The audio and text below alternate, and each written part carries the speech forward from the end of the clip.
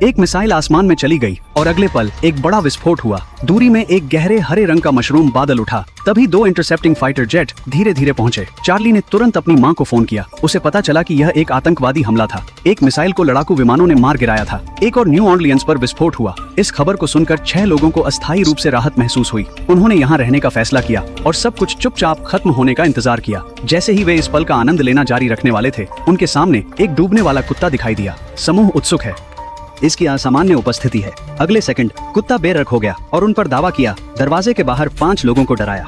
वे सहज रूप से अंदर वापस आ गए। एक बार सुरक्षित होने के बाद डेविड ने उत्सुकता से पर्दा वापस खींच लिया, लेकिन कुत्ते को अपने जबड़े खुले हुए वहां खड़े पाया। उनके इंतजार में था।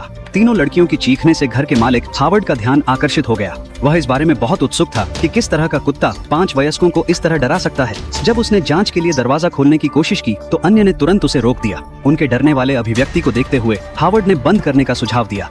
सुबह तक दरवाजा आवारा कुत्ता चला जाना चाहिए। रात के बाद हावर्ड अपनी गर्लफ्रेंड की सबसे अच्छी दोस्त नाओमी को कुछ कंबल लेने के लिए ले गया जो वे उपयोग कर रहे थे, लेकिन प्लेबॉय की नजर उस पर लंबी थी और उसके भीतर एक बेचैन भावना हलचल गई। उसने धीरे से उसकी पीठ पर हाथ चलाया, लेकिन इस इशारे ने नाओमी को बेहद असहज कर दिया। उन्होंने एक दूसरे से फुसफुसाया, लेकिन उनकी बातचीत को चार्ली ने स्पष्ट रूप से सुना, जो बहुत दूर नहीं था। अगली सुबह नाओमी और उसके प्रेमी ब्राइस जल्दी उठे और पाया कि आवारा कुत्ता अभी भी दूरी में खड़ा था, चुपचाप देख रहा था।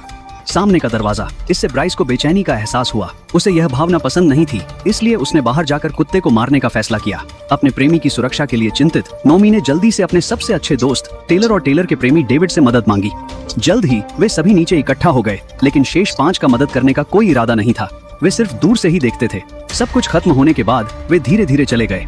उस समय हावर्ड ने देखा कि लकड़ी की सीढ़ियां क्षतिग्रस्त हो गई हैं। वह गुस्से में कुत्ते को कूड़े में फेंक देना चाहता था। नाओमी ने भी सोचा कि ऐसा ही है, और डेविड उसके पीछे खड़े भी इस विचार से असहमत थे। उसने कुत्ते को टूटी हुई गर्दन के साथ आराम देने की कोशिश की, लेकिन लगभग काट दिया गया।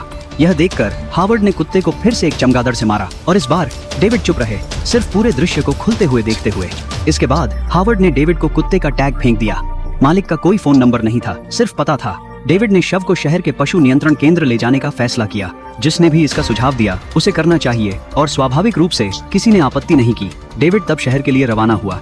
रेडियो के जरिए आपातकालीन प्रसारण आया। उन्हें जैव रासायनिक हमले से चोट लगी थी। बैटन रूज और लुइसियाना के राजधानी क्षेत्र को पूरी तरह से पृथक कर दिया गया था। पड़ोसी राज्यों के निवासियों से घर के अंदर रहने और बाहर जाने से बचने की अपील की गई है। उस समय डेविड के सामने एक टूटी हुई कार दिखाई दी, जिसका मालिक सड़क के किनारे खड़ा था। डेविड जल्दी से कार से बाहर निकल गया और देखने के लिए कि क्या उस व्यक्ति को मदद की जरूरत है। अगले सेकंड में महिला धीरे धीरे चलती है। अरे थे